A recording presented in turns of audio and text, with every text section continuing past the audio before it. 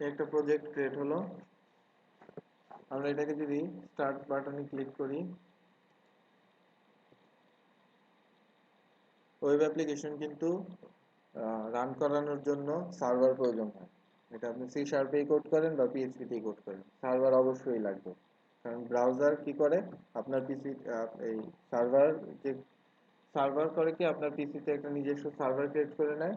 তারপর হচ্ছে সেই কোডগুলোকে, কারণ ব্রাউজার এইচটিএমএল ছাড়া কিছুই বোঝে না, সে ওইভাবে সেটাকে কনভার্ট করে দেয়, এইচটিএমএল এ কনভার্ট করে দেন আপনাকে সে এটা আউটপুট দেয়।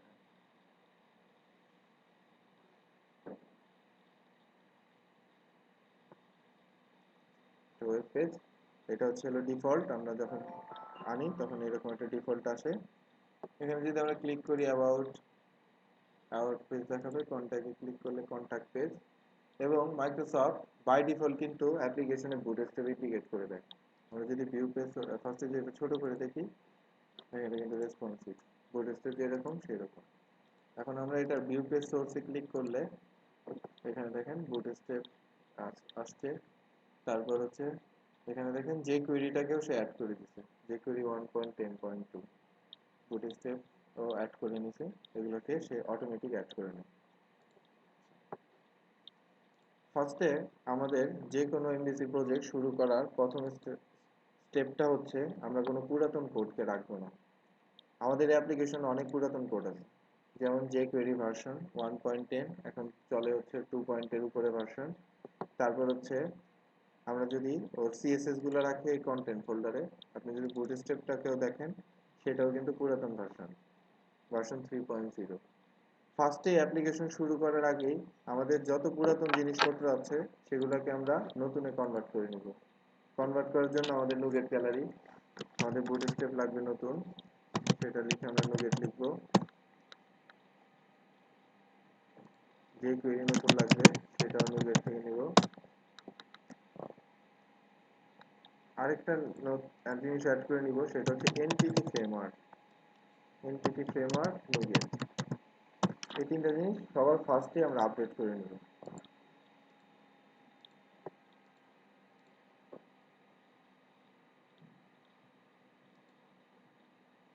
এগুলো কপি করে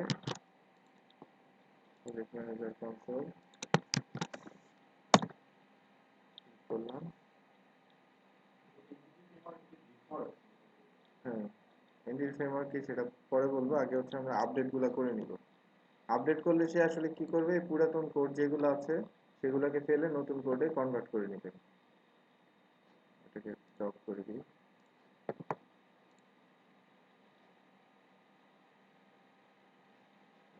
ফেলে দিচ্ছি, ফেলে দিয়ে কোড অ্যাড করে নিচ্ছি, চলে যাচ্ছে, ফেলে দিল। তারপর হচ্ছে আমরা যে কোয়েরিটাকে আপডেট করে নেওয়ার জন্য ভার্সনটা দিয়ে দিব, সেখান থেকেও যে কোয়েরি পুরানো কোডকে ফেলে দিয়ে 2.1.3 ভার্সনে কনভার্ট করে নেবে।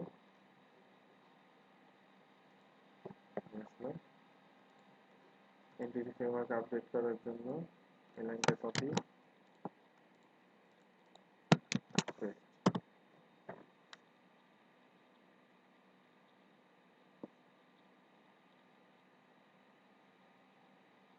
সবকিছু সাকসেসফুলি ডান করলাম। মাইক্রোসফট ফার্স্টে এমভিসি জিনিসটা কি সেটা আমাদের আগে বুঝতে হবে। আমাদের দেখেন কি ভেঙে ফেলছে নাকি,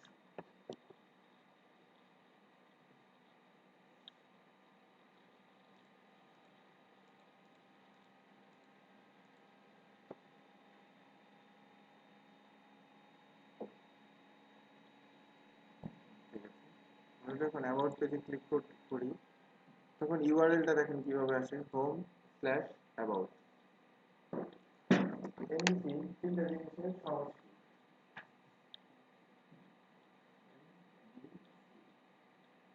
এটা হচ্ছে কন্ট্রোলার,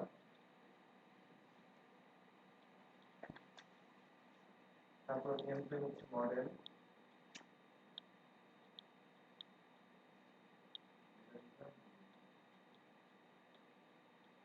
আপনি ইউআরএল এ যে ইউআরএলটা লিখেন যে হোম তারপর হচ্ছে হলো কন্টাক্ট।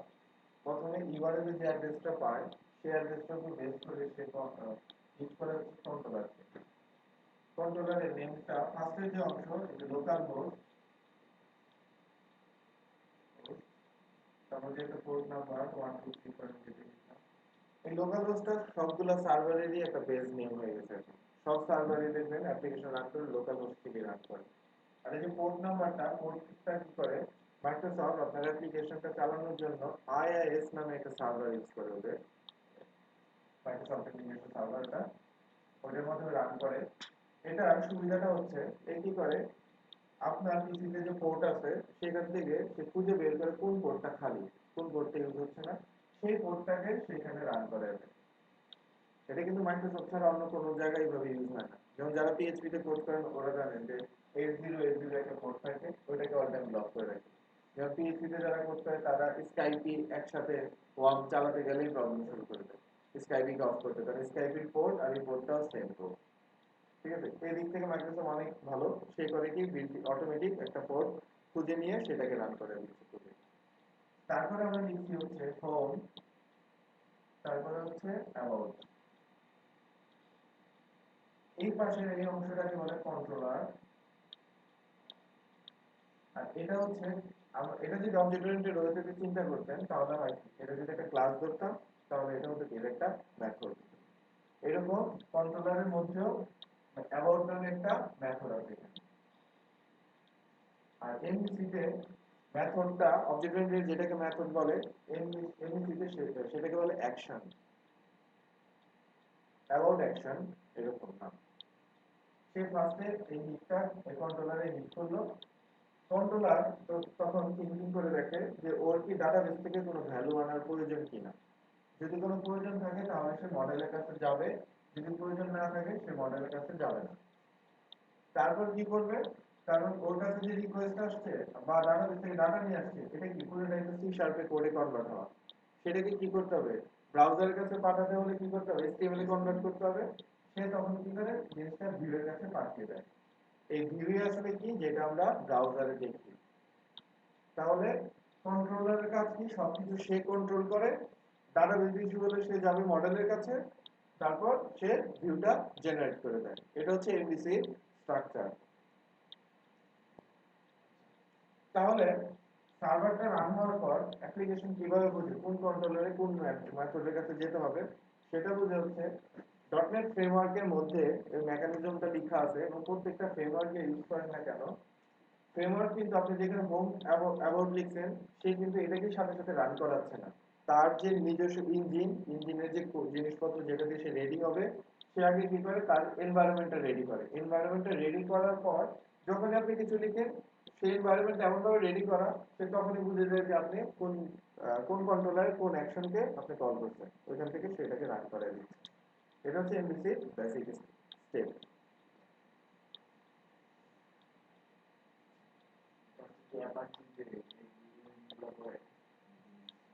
অ্যাপাচি তো শুধু সার্ভার রান করে দেয়, অ্যাপাচি এই কাজ করে না।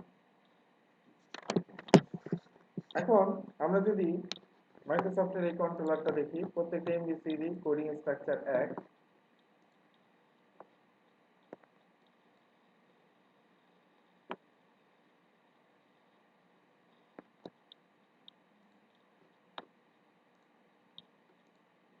এটা হচ্ছে তার ফোল্ডার স্ট্রাকচার। প্রত্যেকটা এমভিসিতে তিনটা ফোল্ডার মাস্ট বি থাকতেই হবে, কন্ট্রোলার, মডেল, ভিউ। বাকি জিনিস থাকুক বা না থাকুক, আর বাকি জিনিসগুলো প্রত্যেকটা এক এক ল্যাঙ্গুয়েজ এক একভাবে ম্যানেজ করছে, কিন্তু তিনটা হচ্ছে মাস্ট। আপনি এমভিসিকে কিন্তু অনেকটা লেয়ার আর্কিটেকচারের মতো চিন্তা করতে পারেন। কন্ট্রোলারে আপনি লজিক গুলো থিঙ্কিং করেন, মডেল হচ্ছে কি আপনি এখানে কি করতেন, ডাওয়ের ভিতরে ডাটাবেসের কাজ করতেন, আর ইউআই এর মধ্যে কি বিভিন্ন ইউআই গুলো ডিজাইন করতেন। অনেকটা কিন্তু ওই থিঙ্কিং এর উপর বেস করে এমভিসিটা তৈরি হওয়া। এখন আমরা কন্ট্রোলার দেখি, কারণ আমাদের লেখা ছিল কি হোম, তারপর ছিল কি কন্টাক্ট লেখা ছিল, যেখানে হোমের পর অ্যাবাউট ছিল। আমরা যদি কন্ট্রোলার ফোল্ডারে আসি, হোম কন্ট্রোলার, এখানে দেখেন এই যে অ্যাকশন গুলো, অ্যাবাউট, তারপর হচ্ছে যে কন্টাক্ট, এরকম তার প্রত্যেকটা অ্যাকশন আছে। এবং মাইক্রোসফট জিনিসগুলোকে খুব কোয়ালিটিফুল ভাবে ম্যানেজ করে, সেটা হচ্ছে দেখেন ভিউ এর ভিতরে আপনি যখনই একটা কন্ট্রোলার তৈরি করেন মাইক্রোসফট ভিএর ভিতরে সেই নামে একটা করে ফোল্ডার তৈরি করে। দেখেন আপনি হোম কন্ট্রোলার তৈরি করছেন, এই জন্য মাইক্রোসফট আপনাকে হোম নামে একটা ফোল্ডার তৈরি করছে। আর এই কন্ট্রোলারের মধ্যে যতগুলো মেথড থাকবে সেই মেথডগুলোর উপর বেস করে দেখেন ওর এই যে প্রত্যেকটা ফাইল তৈরি হয়ে যাবে।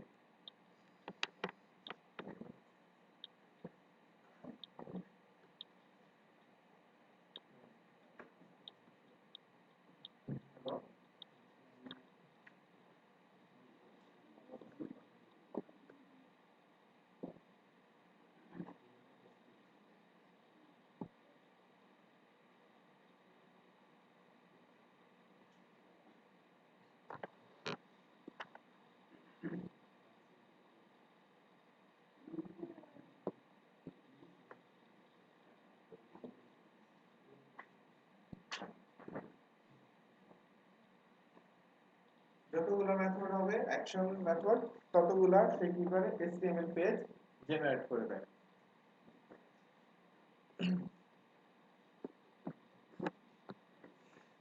আমরা এই পেজগুলোকে যদি দেখি, যেমন আমরা কন্টাক্ট পেজটাকে যদি দেখতে চাই, কন্টাক্ট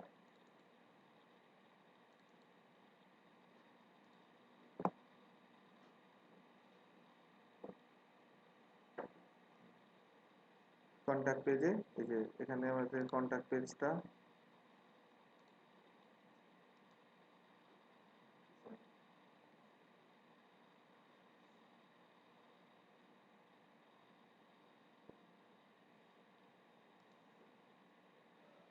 আমরা খুব ইজিলিও পেজগুলোকে দেখতে পারি।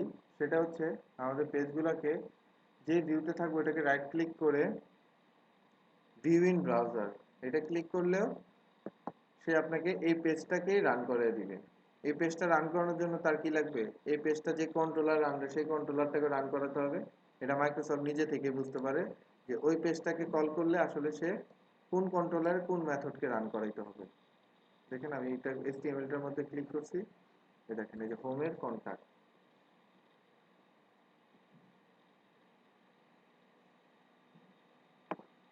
আরো ভালো কিছু ফিচার আছে মাইক্রোসফটের। সেটা হচ্ছে আমরা ডেভেলপাররা কি করি, যখন একটা পেজে কাজ করি বা কোনো একটা কোড লিখি কোনো একটা পেজে, তখন আসলে আমরা আউটপুটে কোন জিনিসটা দেখতে চাই, আমরা যেখানে কোড লিখছি সেটাই দেখতে চাই। যেমন আমি যদি এখন দেখেন কন্ট্যাক্ট ওপেন করে রাখছিলাম, আমি অ্যাবাউটটা ওপেন করলাম, এখানে কিছু একটা লিখছি, তাহলে আমি কাজ করছি কোনটা, অ্যাবাউটটার মধ্যে। আমি যদি রান করি কোনটা আমার জন্য দেখলে সুবিধা হয়, এই পেজটা। এটা মাইক্রোসফট নিজে থেকে বুঝতে পারে। দেখেন এখন অ্যাবাউটটাকেই রান করে দিয়েছে।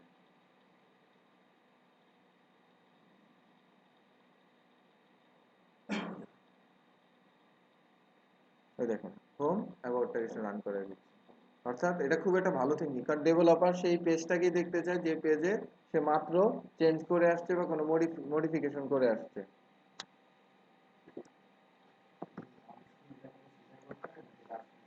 লাস্ট আপনি যেটাকে এডিট করছেন সেটাকে সে রান করে দিবে। এই জন্যই কিন্তু এই সফটওয়্যারগুলো তো ভারী। অর্থাৎ আপনি যখনই কিছু কাজ করতে থাকেন সে কিন্তু ব্যাকএন্ডে কিছু না কিছু জমা করে রাখতেছে, হ্যাশ কোড জেনারেট করে রাখতেছে। তো হ্যাশ কোড থেকে সে বুঝতে পারে যে তার এখন কোনটাকে রান করে দিতে হবে। হ্যাশ কোডে যখন কোনো কিছু চেঞ্জ, হ্যাশ কোড জিনিসটা কি, মনে করেন আপনি একটা কিছু লিখছেন, তার আগের কোডের সাথে আপনার কোডকে কম্পেয়ার করলো, যদি কম্পেয়ার করে দেখে যে পুরো মিল, কোনো চেঞ্জ আসে নাই, তাহলে সে ডিফল্টটাকে রান করে দিবে। আর যদি দেখে যে কোনো চেঞ্জ আসছে, তাহলে সে কি করবে, পুরানটাকে মুছে আপনার যেটা আছে সেটাকে সে স্টোর করবে, আর পুরানটাকে সে ফেলে দিবে। এইভাবে সে আসলে তার জিনিসগুলোকে ম্যাচ করে, ম্যাপ করতেছে। দেখেন আমি যে এখানে একটা কিছু লিখছি ওটা চলে আসছে।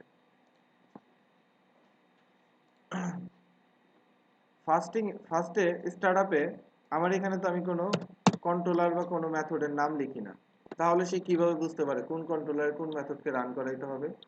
এটার জন্য প্রত্যেকটা এমভিসিতে একটা ডিফল্ট কন্ট্রোলার থাকে, ডিফল্ট লোকেশন। অর্থাৎ অ্যাপ্লিকেশনে অ্যাড্রেসটা দিয়ে ক্লিক করলে সে আসলে কোথায় যাবে। যেমন আমরা যখন www.google.com লিখি, সেও কিন্তু কোনো না কোনো কন্ট্রোলারের কাছে বাই ডিফল্ট ভাবে পাঠিয়ে দিচ্ছে। এই যে লোকেশনটা সেটা হচ্ছে app start rootconfig.cs ফাইল। এখানে দেখেন এই যে ডিফল্টে কি আসতেছে, হোম ইন্ডেক্স। এখানে যদি ইন্ডেক্স পরিবর্তে আমি কন্টাক্ট বসাই দিই, কন্টাক্ট পেজ আসবে।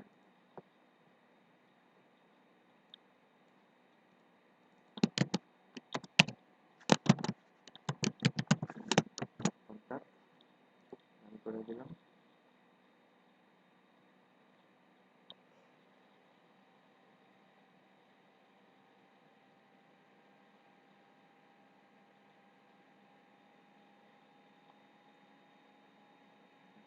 বাই ডিফল্ট সেই কন্ট্যাক্ট পেজকে রান করাচ্ছে। এটা হচ্ছে তার ডিফল্ট লোকেশন ট্র্যাক করে বলে দেওয়ার জায়গা, রুট কনফিগ। এখন আমাদের অ্যাবাউট পেজটাতে যদি আসি, দেখেন অ্যাবাউট পেজটাতে কিন্তু খুব একটা জিনিস নাই, শুধু টাইটেল, মেসেজ আর একটা ইনফরমেশন দেয়া। তাহলে এই যে মেনু বার, সেটা কোত্থেকে পাচ্ছে? কোনো না কোনো জায়গা থেকে তো সেই মেনু বারকে কল করতেছে। এই যে জায়গাটা, সেই জায়গাটা হচ্ছে একটা ওয়েব পেজের কথা যদি চিন্তা করেন, তাহলে একটা ওয়েব পেজে আসলে কি হয়, একটা কিন্তু লেয়ার আর্কিটেকচার থাকে, শুধু একটা নির্দিষ্ট পোর্শন বিভিন্ন জায়গাতে এসে চেঞ্জ হয়।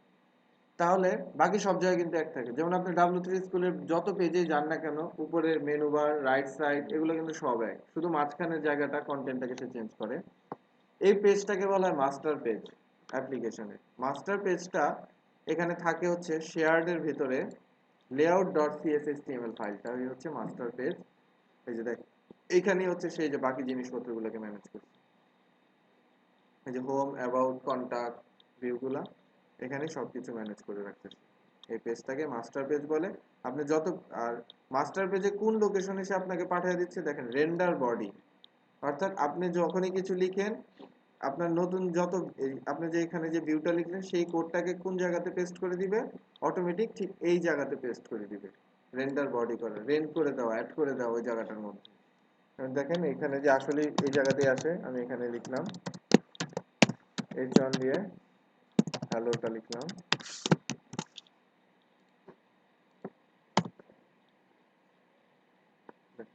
হ্যালোটা চলে আসছে। অর্থাৎ ওই জায়গাটাতেই কোডটাকে সে পেস্ট করে বসায় দিচ্ছে তার মেকানিজমের মাধ্যমে।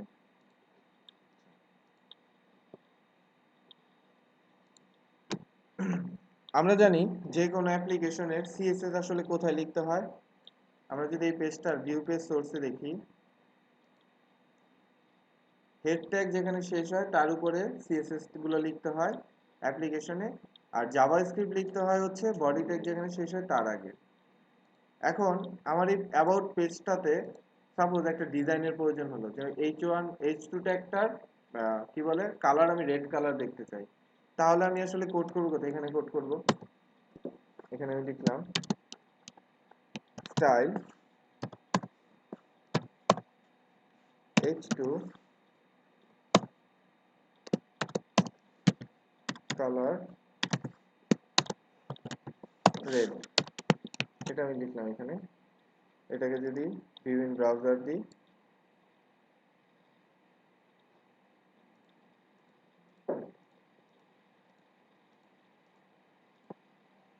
রেড কালার হয়ে যাবে। আমরা যদি ভিউ পেজ সোর্সে দেখি, তাহলে দেখেন কোডটা চলে আসছে এইখানে, কিন্তু আসা উচিত উচিত ছিল এই পজিশনটাতে। তাহলে কোন একটা ওয়ের মাধ্যমে আমি যত সিএসএস লিখবো আমার এই পজিশনে নিয়ে যেতে হবে, আর আমি যত জাভাস্ক্রিপ্ট লিখবো সবগুলোকে এই জায়গাতে এনিহাউ নিয়ে আসতেই হবে। আপনারা লেআউট পেজটাতে যদি দেখেন, আর এই পেজটাতে দেখেন, এই পেজে কিন্তু বলা আছে bootstrap.css, site.css। তাহলে লেআউট পেজের মধ্যে কি এই দুটো পেজে ইনফরমেশন থাকার কথা ছিল, কিন্তু এখানে কিন্তু নাই। দেখেন এখানে শুধু কি লিখছে, styles.render content.css, এই লাইনটা লিখছে, কিন্তু সে আমাকে bootstrap css দিয়ে দিচ্ছে এবং site.css নামে তার একটা ফাইল দিয়ে দিচ্ছে। সেম ভাবে এটা নিচের পজিশনে যদি দেখেন, সে যে কোয়েরির ভার্সন অ্যাড করে রাখছে, বুটস্ট্র্যাপের জেএসও অ্যাড করে রাখছে। তাহলে এটা নিচে যদি আমরা গিয়ে খুঁজি, এখানে কিন্তু সেই জিনিস পাওয়া যাচ্ছে না। তাহলে এই যে ও কিভাবে ম্যানেজ করতেছে, এই লাইনটা লেখা মানেই হচ্ছে যে কোয়েরি অ্যাড করে দেওয়া, এই লাইনটা মানেই হচ্ছে তা বুটস্ট্র্যাপ অ্যাড করে দেওয়া। এই যে জায়গাটা, যে জায়গা থেকে ওই জিনিসটাকে ম্যানেজ করে, সেটার নাম হচ্ছে বান্ডল কনফিগ ফাইল। আমরা যদি এই ফাইলটাতে আসি আর এটার উপরে অংশে উঠে আসি, দেখেন কন্টেন্ট সিএসএস লেখা আছে। এখানে খুঁজলে দেখবেন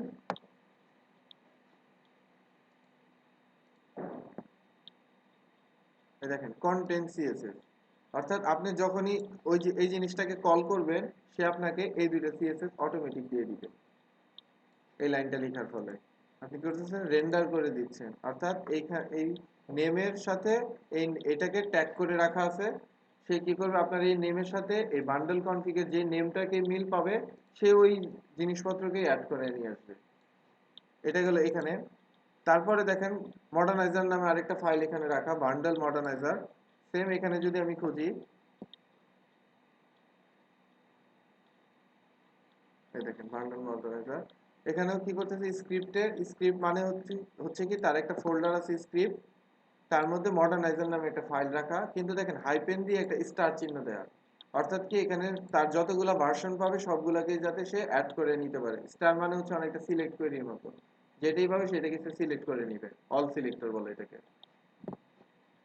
সেম ভাবে নিচে অংশে যদি নামা হয়, দেখেন bundle J query, bundle bootstrap, এই দুইটা ফাইলকে যদি আমরা খুঁজে দেখি,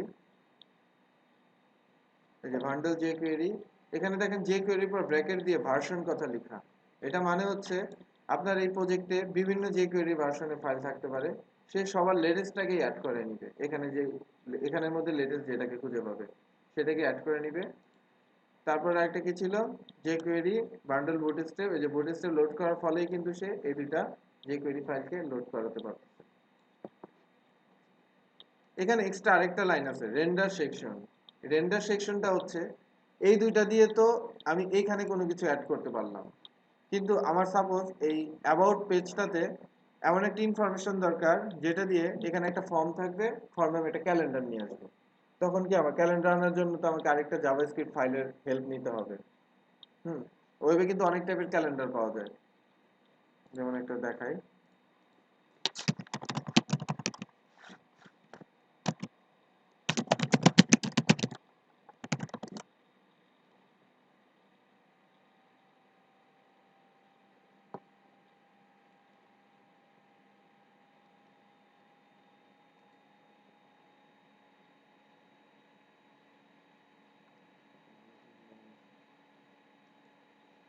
ক্যালেন্ডার না, একটা আমি যদি বলি টাইম থিটা, ডেট থিটা,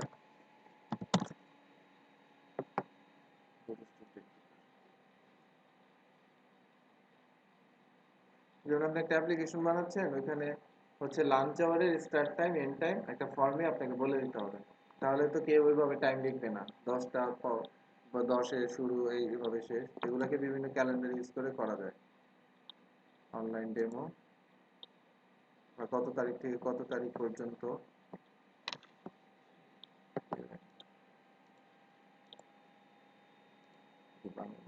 এই যে ক্যালেন্ডার, আপনি এখানে ক্লিক করেন, অটোমেটিক বসে যাবে। ক্যালেন্ডার ইউজ করা হয় এভাবে, যে কোনো টাইপের ক্যালেন্ডার এখান থেকে ইউজ করতে পারেন। ঠিক আছে, তো এটা ইউজ করতে হলে তো আমাকে বিভিন্ন যে কোয়েরি এটার সাথে অ্যাড করে নিতে হবে। এখন অ্যাড করাইলে আমাকে আবার কোডটা কোথায় পৌঁছে দিতে হবে, লেআউটের ঠিক এই পজিশনটাতে। এর জন্য ও একটা সেকশন রাখছে, সেটার নাম হচ্ছে রেন্ডার সেকশন। আমি যদি এই সেকশনের নেমটাকে কল করে কোনো ফাইল লিখি এর ভিতরে, সে অটোমেটিক কোডকে ওই পজিশনে পাঠিয়ে দিবে। দেখেন এখানে আমি এই স্ক্রিপ্টটাকে কপি করলাম, এখানে একটা জাভা স্ক্রিপ্টের আমি লিখি, alert star script,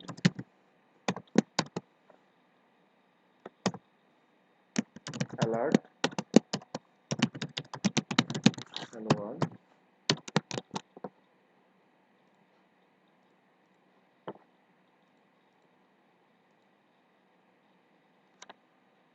hello world এখানে আসছে, এটাকে যদি ভিউ পেজ সোর্সে দেখানো হয়, দেখেন যে কোয়েরিটা চলে আসছে কোথায়, এখানে। কিন্তু এটাকে আমাকে পাঠাতে হবে ঠিক এই পজিশনে। পাঠানোর জন্য আমার এই সেকশনের নেমটা যদি দেখি, স্ক্রিপ্ট নাম সেকশনটা, এই নামটা কপি করলাম, অ্যাবাউট পেজে এসে সাইন দিয়ে লিখলাম সেকশন, সেকশনের নেমটা স্ক্রিপ্ট, সেকেন্ড ব্র্যাকেট দিয়ে শুরু করলাম, আমার স্ক্রিপ্ট লাইনটুকু এখান থেকে কাট করে এই ব্র্যাকেটটার ভিতরে দিয়ে দিলাম। এখন এটাকে যদি আবার রিফ্রেশ করি, ভিউ পেজ সোর্স, দেখেন ওই জায়গার মতো চলে আসছে অটোমেটিক। সেম ভাবে আমি যে সিএসএসটা লিখছি, সিএসএসটাকেও আমি আমার পেজের এই পজিশনে পাঠিয়ে দিব অটোমেটিক। এটা পাঠানোর জন্য কি করলাম, আমি এই যে লাইনটা যেটা দিয়ে রেন্ডার জেনারেট করে, সেটাকে কপি করে এখানে পেস্ট করলাম, এখানে নামটা চেঞ্জ করে দিয়ে দিলাম মাই সিএসএস। এই নামটাকে কপি করে @section, ওই সেকশনের নেম কাট করে এখানে পেস্ট করে দিলাম, কন্ট্রোল কে দিয়ে কোডটা গুছিয়ে নিলাম। এখন এটাকে যদি ভিউ পেজ রাইট করি, ভিউ পেজ সোর্স, দেখেন কোথায় চলে আসছে। অর্থাৎ আপনি আপনার অ্যাপ্লিকেশনকে কতটা গোছানো কোড করতে পারেন মাইক্রোসফট এমভিসির সাহায্যে। আমরা বলতেছি যে ওয়েব অ্যাপ্লিকেশন শুধু এইচটিএমএল রিটার্ন করে, কিন্তু আমি এইচটিএমএল ফাইলের মধ্যে কিন্তু এখানে দেখেন সি শার্পের বিভিন্ন কোড লিখতে পারতেছি। এই পেজটার নাম দেখেন about.cshtml, এটা মানে হচ্ছে এই পেজটা এইচটিএমএল ও রাখতে পারবে, সাথে সি শার্পের কোডও রাখতে পারবে। এর জন্য এটার এক্সটেনশন হচ্ছে CSHTML।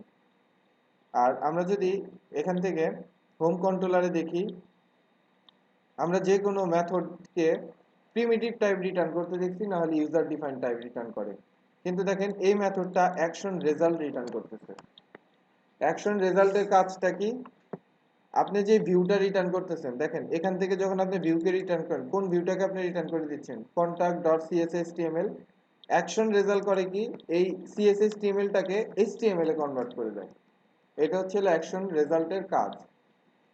এর জন্য এই এমভিসি তে যে কোনো মেথডের নামই হয় অ্যাকশন রেজাল্ট।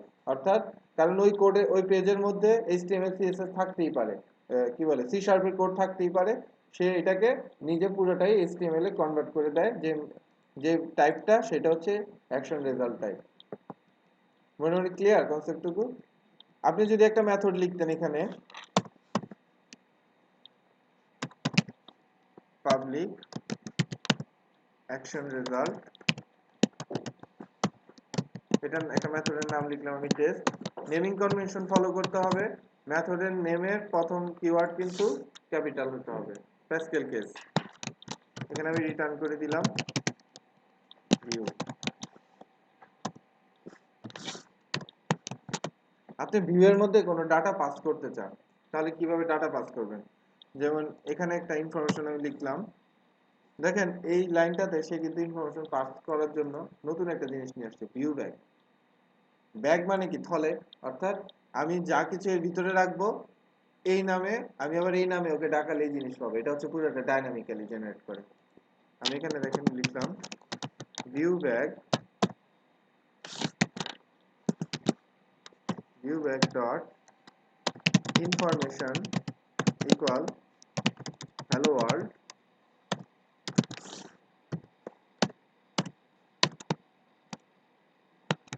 এটা আপনি কি করছেন? শুধু অ্যাকশনটাকে মেথডটা লিখছেন। আপনাকে এখন ভিউ তৈরি করতে হবে।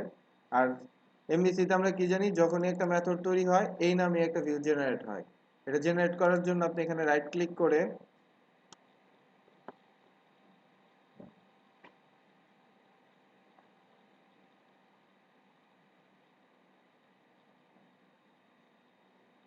অ্যাড ভিউ তো ক্লিক যদি আমি করি, সে দেখেন বলতেছে ভিউ এর নাম হবে টেস্ট। আমি বললাম এটাই হবে, অ্যাডে ক্লিক করে দিলাম।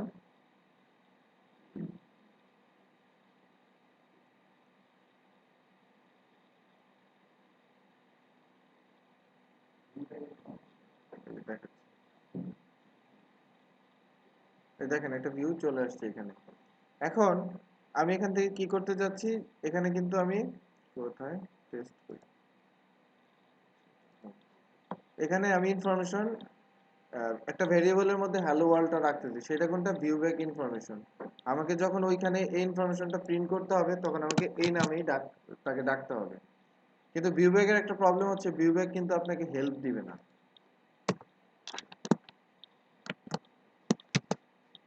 ভিউ ব্যাক ডট, দেখেন ডট দিলে কিন্তু সে আমাকে কোনো হেল্প দেয় না। আমি এখানে ডাইরেক্ট লিখে দিলাম ইনফরমেশন।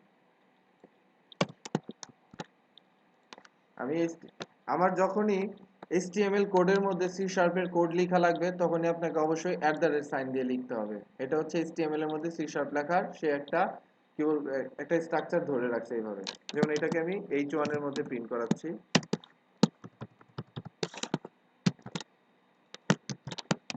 সেভ করে দিলাম, ভিউ ইন ব্রাউজার।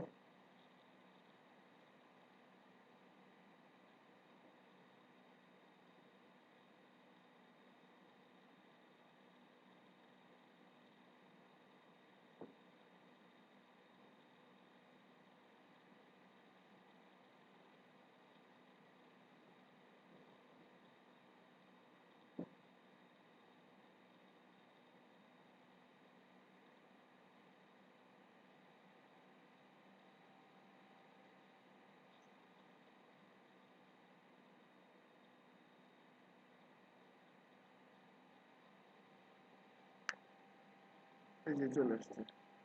অর্থাৎ আপনি যদি কন্ট্রোলার থেকে কোনো ইনফরমেশন ভিউয়ের কাছে পাঠাতে চান, তাহলে আপনাকে ব্যবহার করতে হবে হচ্ছে হলো ভিউ ব্যাগ। ভিউ ব্যাগ দিয়ে যেই নামে প্রপার্টিটা রাখবেন, সেই নামেই তাকে কল করলে সেই ইনফরমেশন দিয়ে দিবে। কিন্তু এইখানে আমরা হোম কন্ট্রোল, এখানে কিন্তু আমরা @সাইন ইউজ করিনি, কারণ কন্ট্রোলার মানেই হচ্ছে এখানে সি শার্পের কোড কাজ করবে, এখানে কিন্তু আবার HTML কাজ করবে না। আর test.cs HTML ফাইলটা কি এখানে সি শার্পও কাজ করবে, আবার HTML ও কাজ করবে। কিন্তু HTML এর মধ্যে সি শার্প লিখতে হলে আপনাকে সাইন ইউজ করতেই হবে। এটা হচ্ছে হলো এটার প্যাটার্ন। এতটুকু আগে একটু প্র্যাকটিস করে দেখেন।